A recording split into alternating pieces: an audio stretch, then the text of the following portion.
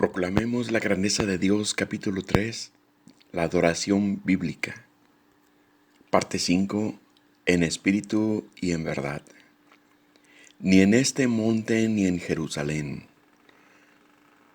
Mas ahora viene y la hora es cuando los adoradores le adorarán en espíritu y en verdad, porque tales adoradores busca Dios que le adoren. Juan 4:23. En esta palabra que el Señor Jesucristo enseñó a la mujer samaritana, nos muestra precisamente las dos formas. En espíritu, que se refiere a la entrega devocional, al culto que le rendimos en los cantos, la danza, la proclamación, pero en la forma de adorarle en verdad, significa los actos de nuestra actitud y de nuestra conducta diaria, como es mostrado en el capítulo 1. Bienaventurados son los que no vieron ni creyeron. En el Evangelio de Juan, en el capítulo 4, el Señor Jesús, en su encuentro con la mujer de Samaria, nos expone la maravillosa conversión de ella, donde la mujer samaritana tuvo una transformación total. Habiendo sido una mujer pecadora, pasó a ser una exitosa evangelista que anunció al Mesías a todos los habitantes de la ciudad de Sicar, haciendo que se convirtieran de las tinieblas a la luz admirable de Cristo. Pero ¿cómo fue eso? Primeramente el Señor Jesús, siendo Dios en condición humana, nos muestra una sencilla condición en la que, tras el cansancio, simplemente se sentó junto a un pozo de agua, mientras sus discípulos fueron a la ciudad. Esto no tiene nada de extraordinario. El Señor Jesús, en esa condición, como todo ser humano, sintió cansancio. Lo que sí es extraordinario es que el Señor Jesús sí sabía del encuentro que momentos después iba a sostener con la mujer de Sicar. En su agenda divina ya tenía predestinado un encuentro con una mujer pecadora de Samaria. Y vemos a continuación cómo fue el desenlace de ese encuentro, donde el Señor Jesús nos enseña algo más importante que la religión. Número 1, tradiciones de hombre. Debido a la tradición de los hombres, los judíos y los samaritanos no se hablaban, ya que por el pecado de Israel y particularmente del rey Salomón, en 1 Reyes 11:11, con Judá al sur, con las tribus de Benjamín y levitas, cuya capital era Jerusalén, y el resto de las tribus de Israel ubicadas al norte del territorio, con Samaria como ciudad principal. Posteriormente, aunque Dios había decretado la reunificación de los dos reinos, después del cautiverio de Babilonia, la tradición continuó por mucho tiempo, hasta hoy.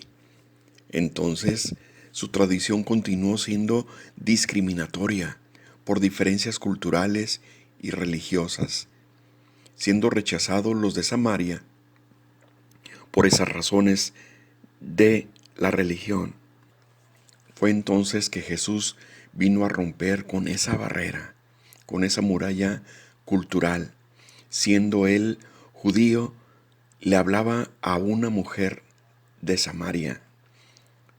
No más tradiciones, no más divisiones, porque él vino a constituirse un solo Dios para todos.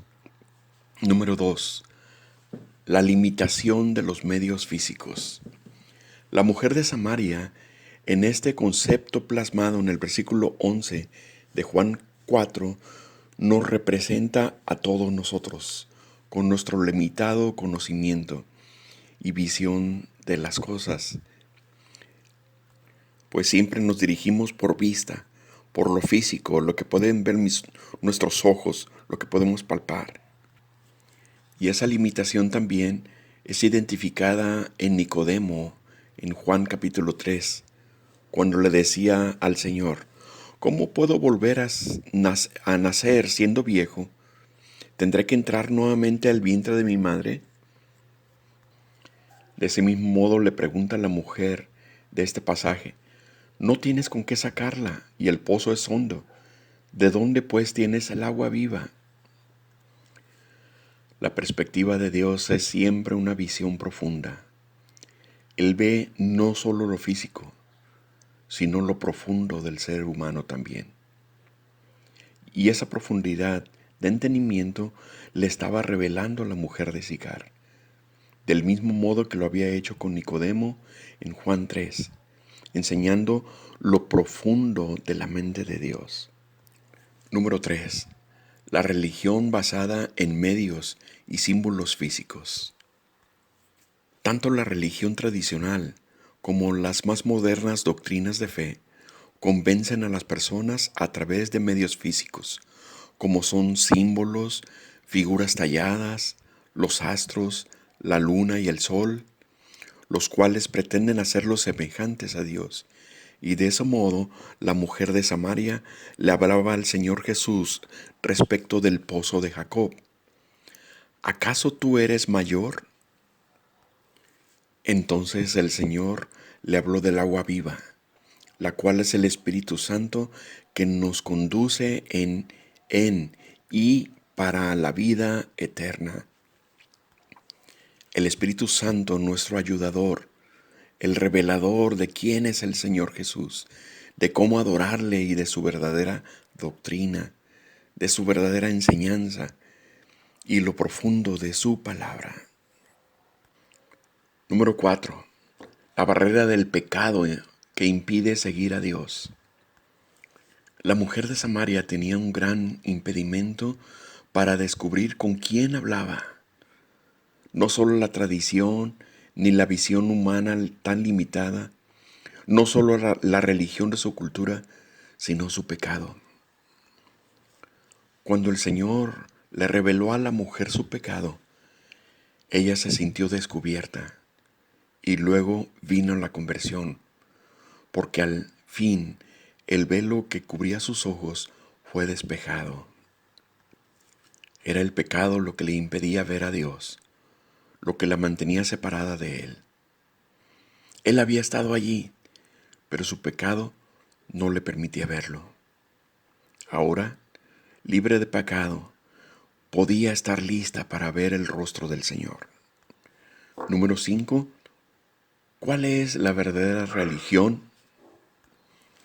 Una vez que nos convertimos, pensamos en un lugar físico para adorar a Dios. Pensamos en un púlpito, en un estadio, en un determinado templo, y de ese mismo modo le argumentaba la mujer al Señor en el versículo 20. Nuestros padres adoraron en este monte. Vosotros decís que en Jerusalén, en el lugar donde se debe adorar. Entonces el Señor le enseñó respecto a la oración en espíritu y en verdad. Y eso significa que la relación con Dios no se limita a un lugar, ni a un tiempo ni horario, pues quien desea servirle a Dios lo hace sin limitaciones, todo el tiempo y en todo lugar, en el trabajo secular, en la propia casa y con los suyos, donde quiera que andemos. Dios quiere entablar una relación muy personal con nosotros. De ese modo, es su gran amor por nosotros que quiere tenernos cerca de su corazón. De alguna manera, estos 5 puntos eran los 5 maridos a los que se refería el Señor que ya había tenido, pero ahora ya no necesitaba de esos 5 maridos. Número 6. Finalmente Jesús se revela a sí mismo. Después de todo esto, al ser discipulada la mujer por el propio Maestro, vino la recompensa al supremo llamamiento, ver al fin el rostro del Señor. En el versículo 25 de este capítulo de Juan, ella, ya convencida de todo Su corazón anhelaba el encuentro. Y quiero pensar que con su rostro lleno de gozo, la mujer le dice, sé que ha de venir el Mesías, llamado el Cristo. Pienso que en ese momento su corazón henchía de gozo, pero en su sorpresa encontraría su gran recompensa. Yo soy el que habla contigo. Lo que siguió después de esto es que su vida dio un completo giro. Convirtió su vida de las tinieblas a la luz admirable del Todopoderoso, regresando al pueblo con los suyos, con todo el entusiasmo, a anunciarles que allí estaba con ellos el Cristo, el ungido tan esperado por el pueblo de Israel, convirtiéndose la mujer samaritana en una gran evangelista que hizo que muchos de la ciudad de Sicar fueran a los pies del Señor. ¿No es esto maravilloso?